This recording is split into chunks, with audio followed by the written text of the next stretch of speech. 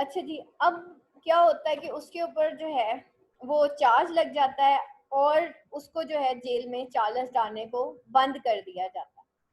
Doctor MANET और Lucy Charles डार्ने की गिरफ्तारी के बाद फौरन पेरिस पहुंचते हैं और मिस्टर लॉरी जो कि पहले से ही पेरिस में मौजूद था उससे मिलते हैं। इनकलाबी लोग डॉक्टर मैनेट का भरपूर अंदाज में इस्तकबाल करते हैं, जो कि बेस्टील की जेल में एक तवील अरसा गुजारने के बाद लोगों के लिए काबिल एहतराम बन जाता है।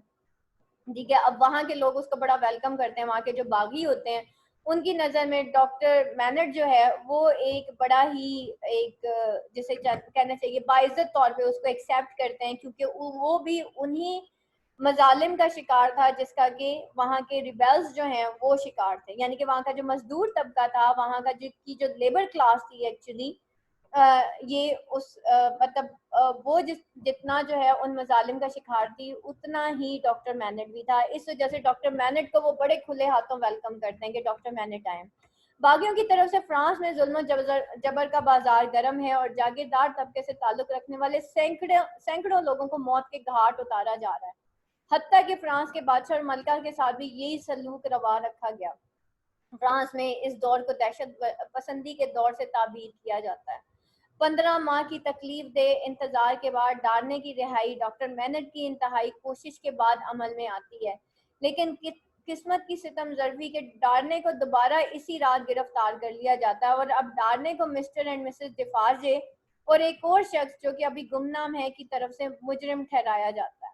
डार्ने ने एक दफा फिर अदालत के कटहरे में खड़ा है, जहां मिस्टर डिफार्जे की तरफ से एक तहरीर अदालत को दी जाती है जो कि बेस्टील की कैद खाने में मिस्टर डिफार्जे को मिलती है। ये खत डॉक्टर मैनेट का तहरीर करता है जिसमें वो एवरमॉन्ट ब्रदर्स के पूरे खानदान को मुजरिम करार देते हुए उन्हें सख्त से सख्त सजा का हकदार ठहराते हैं। अब डॉक्टर मैनेट जो है वो जैसे ही उसको आज़ाद करवाता है ना चार्ल्स डार्ने को, तो दूसरी तरफ मैंने आपको कहा था कि ये जो खत है ना इसको याद रखिएगा जो डॉक्टर मैनेट ने लिखा था। अब वो जो जब उस बेस्टील की जब उस पूरे किले को गिरा दिया जाता है और उसकी खुदाई की जाती है तो वहां कहीं इसने ये खत रखा होता है डॉक्टर मैनेट ने, और डॉक्टर मैनेट ने उसके अंदर लिखा होता है कि ये जो एवरमॉन्ट फैमिली है ना, ये जो है ये इसको सजाए मौत देनी चाहिए, इसको किल कर देना चाहिए, क्योंकि ये they are the reason of many many killings ना। तो अब वो खत जो है कहीं मिस्टर एंड मिसेस डिफाजे के हाथ लग जाता है और वो फिर अदालत में उसी रात उसको जो है पकड़ के ले आते हैं और वो कहते हैं कि नहीं अब इसको किल करो, क्योंकि हमारे पास डॉक्टर डिफाजे का खत मौजूद है, सॉरी डॉक्टर मैनेट का। ठीक है, अब क्या होता है कि अब अदालत और बागियों का तहरीर अदालत में बाआवाज बुलंद पड़ी जाती है। अब अदालत और बागियों का हजूम जो अदालत में मौजूद था, दोनों की हमदर्दियां डारने के साथ यकायक खत्म हो जाती हैं, जिसका नतीजा डारने की सजाए मौत के ऐलान की सूरत में निकलता है। डारने को कॉन्सीजरी की जेल में डाल दिया जाता है, जहां सिर्फ 24 घंटे के बाद उसको फांसी दे दी जाती है।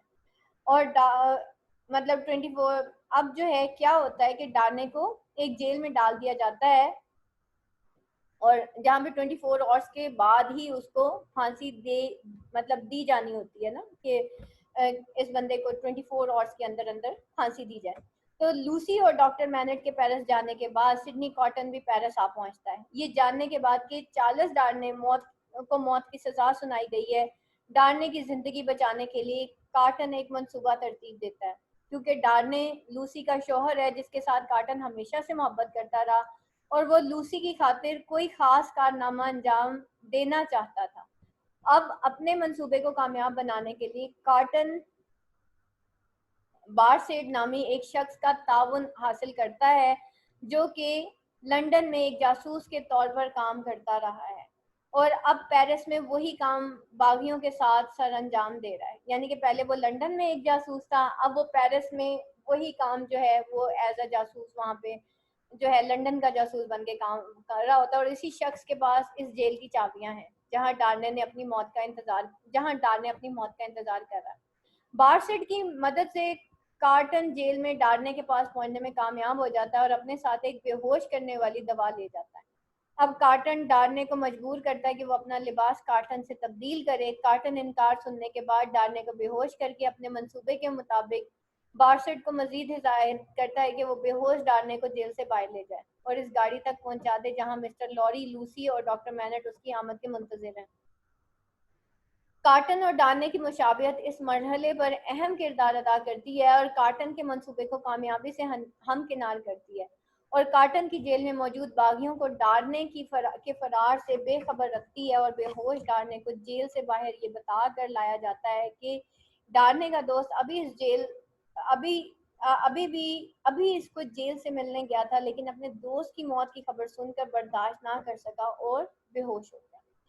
तो अब क्या होता है कि जब ये होता है कि कार्टन की जेल में मौजूदगी बागियों को डालने के फरार से बेखबर रखती है और जो बेहोश डालने जो है वो ये समझा जाता है कि ये जो बेहोश डालने हैं को जेल से बाहर जब लेके जाया जाता है तो ये बताया जाता है कि भाई ये डालने का दोस्त है, इसको अभी जेल जो कि जेल में मिलने गया था, लेकिन वो अपने दोस्त की मौत की खबर सुनकर बर्दाश्त ना कर सका और इस वजह से वो बेहोश हो गया, तो हम इसको बाहर लेके जा रहे हैं। यानी कि सब ये समझते हैं कि कार्टन जो है वो डार्ने और कार्टन ही डार्ने हैं और डार्ने कार्टन है, मतलब कोई भी उनको दोनों को पहचान नहीं सकता। अब पहले से तयशुदा प्रोग्राम और इंतजाम के मुताबिक गाड़ी मिस्टर लॉरे और दूसरी लोगों को बाहिफाजत पेरिस से दूर उस जगह पहुंचाती है जहां से ये सब लोग इंग्लैंड रवाना हो जाते हैं। इसी असना में मिसेस डिफाज लूसी और डॉक्टर मैनेट को देखने की गर्ज से उनके घर जाती हैं। मिसेस डिफाज लूसी और डॉक्टर मैनेट को भी फांसी के फंदे पर देखना चाहती थी, ताहम घर में उसकी मुलाकात मिस प्रोस से हो जाती है जो कि लूसी की गवर्नेंस रह चुकी है।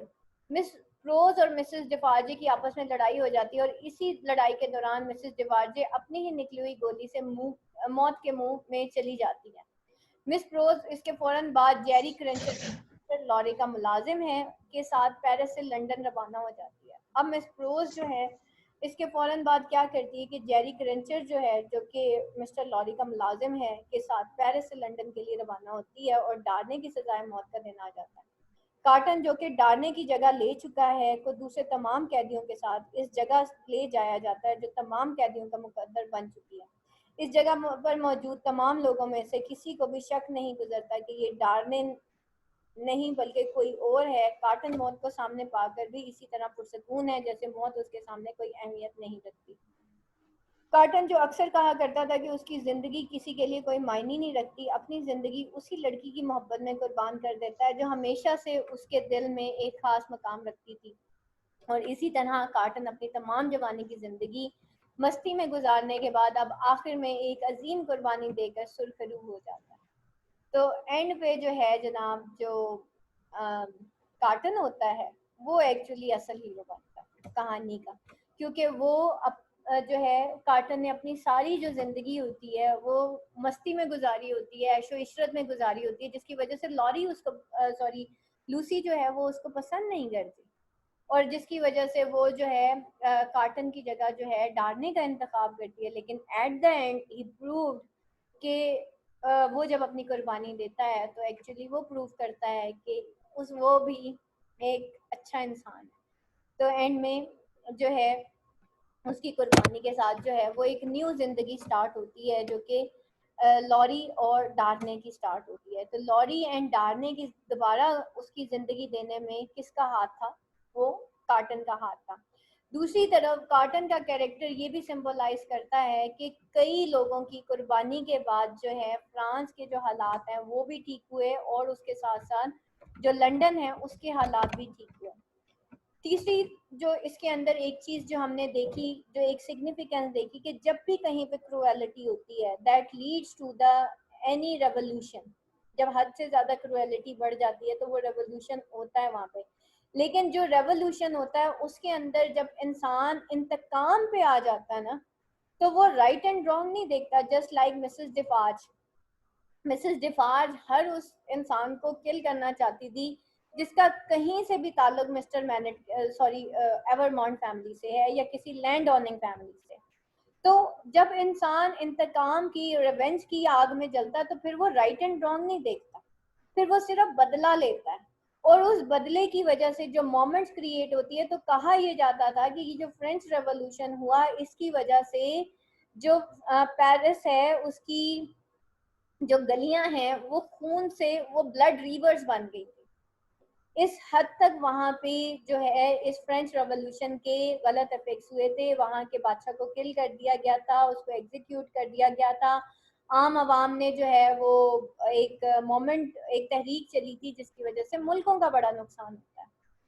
तो कहने का मतलब ये था इस पूरी कहानी के अंदर कि जब कोई भी मुल्क किसी दूसरे मुल्क के लिए कोई मतलब प्रॉब्लम्स क्रिएट करता है, जस्ट लाइक फ्रांस ने अगर जो है ब्रिटेन को तोड़ने के लिए उन्होंने रिकनसाइल किया था विद अमेरिका, और वहां पे अमेरिकन रेवोल्यूशन का वो बायस बने थे, तो फाइनली वही नफरतें पलट के उनके अपने जगह पे आई थी।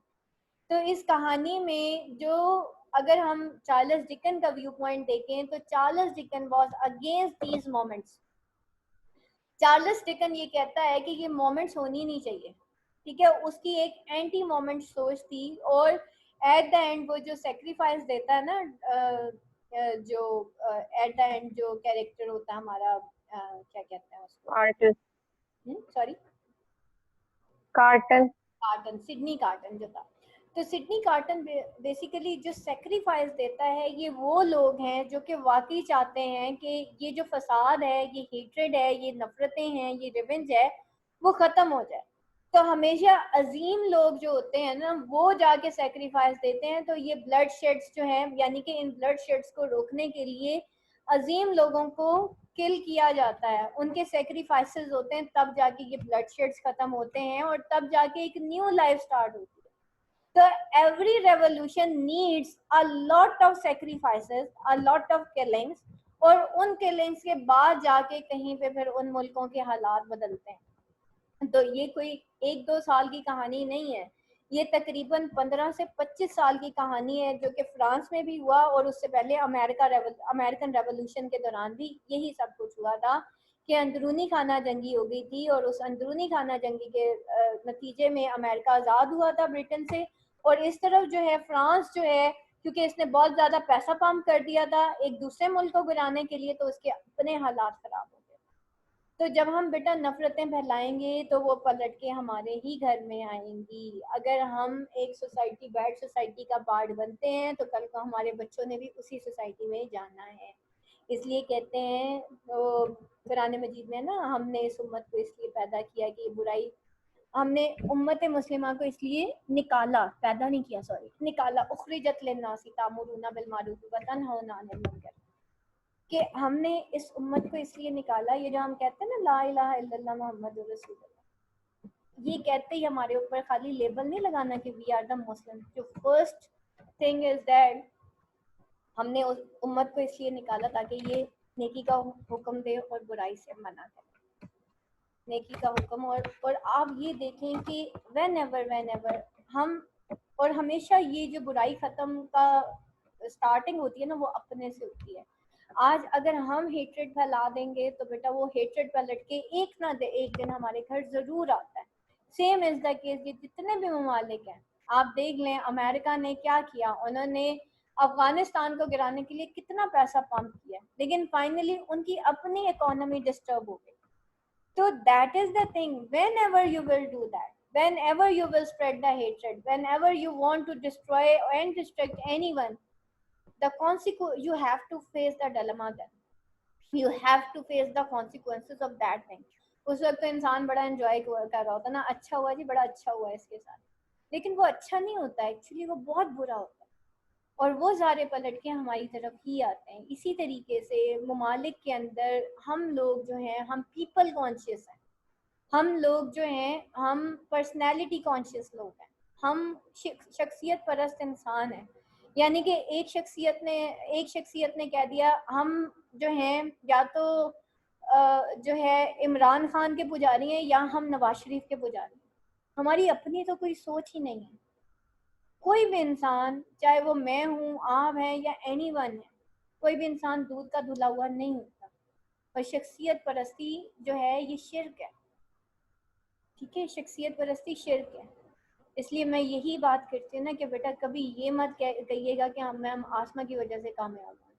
हमेशा ये कहें कि हम अल्लाह ताला की वजह से कामयाब हैं, वसीला में हम आसमा। ठीक है, दैट इज द थिंग कि शख्सियत परस्ती जो है वो अल्लाह ताला को पसंद नहीं। तो हमने सबसे ज़्यादा अगर किसी को ओबे करना है तो सबसे पहले अल्लाह को करना है।